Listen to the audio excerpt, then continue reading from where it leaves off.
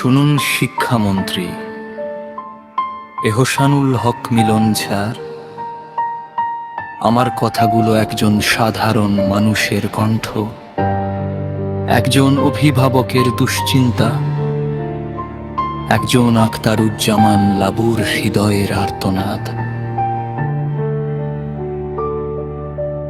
নতুন নিয়ম আনলেন আপনি, বললেন উন্নতির পথে। 3 দিন ক্লাস হবে অনলাইনে, 3 দিন স্কুলের সাথে। শনিবার সোমবার বুধবার স্কুলে যেতে হবে, রবিবার মঙ্গলবার বৃহস্পতিবার মোবাইলেই সব রবে। শিক্ষক যাবেন স্কুলে বসে অনলাইনে পড়াবে, কিন্তু বলুন মন্ত্রী সাহেব, ছাত্ররা কি তাতে মন বসাবে? এই যুগের ছেলে মেয়ে তো বোধে ঝগেই কম। নতুন নিয়মে ভবিষ্যৎ কি হবে ভালো কোনো দিন? না না, এই নিয়ম মানি না, শিক্ষার পথে বাধা মানি না।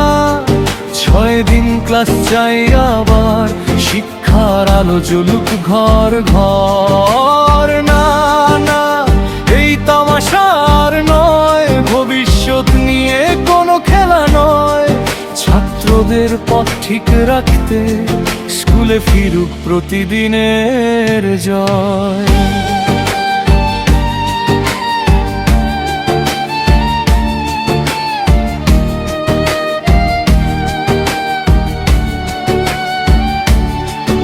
অনলাইন নামের ফাঁদে পড়ে সময় যাবে নষ্ট, মোবাইল হাতে গেম খেলবে, পড়াশোনা হবে কষ্ট। বন্ধুর সাথে স্কুলের মাঠে যে হাসি খুশির রং, সেটা কি আর মোবাইলের মাঝে পাবে কোনোদিন ঢং?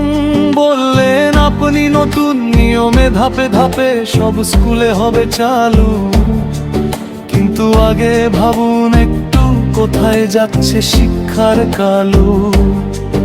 এই নিয়মে বাড়বে শুধু বিপদগামী ঢল, শিক্ষার নামে হারাবে দেশ, হারাবে সোনার ফল।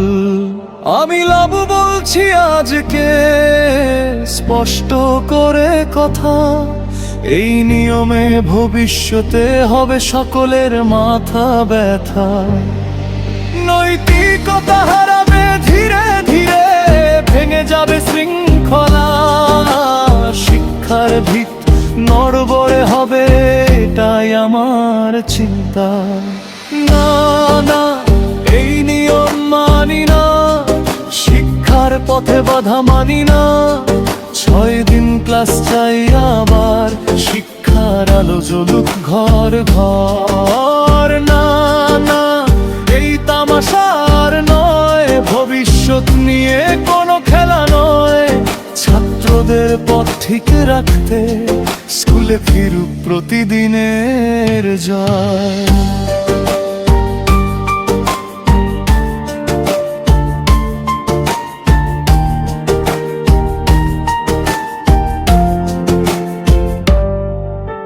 ফিরিয়ে দিন আগের নিয়ম, সপ্তাহে 6 দিন পাস। শিক্ষার পথে ফিরুক আবার শৃঙ্খলার সুবাস।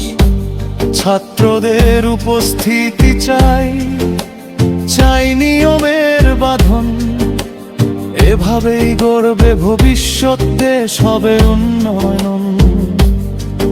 ও যৌক্তিক এই সিদ্ধান্ত বদলে দিন আজি, না হলে দায়ভার কিন্তু আপনারই থাকবে সোজাসুজি।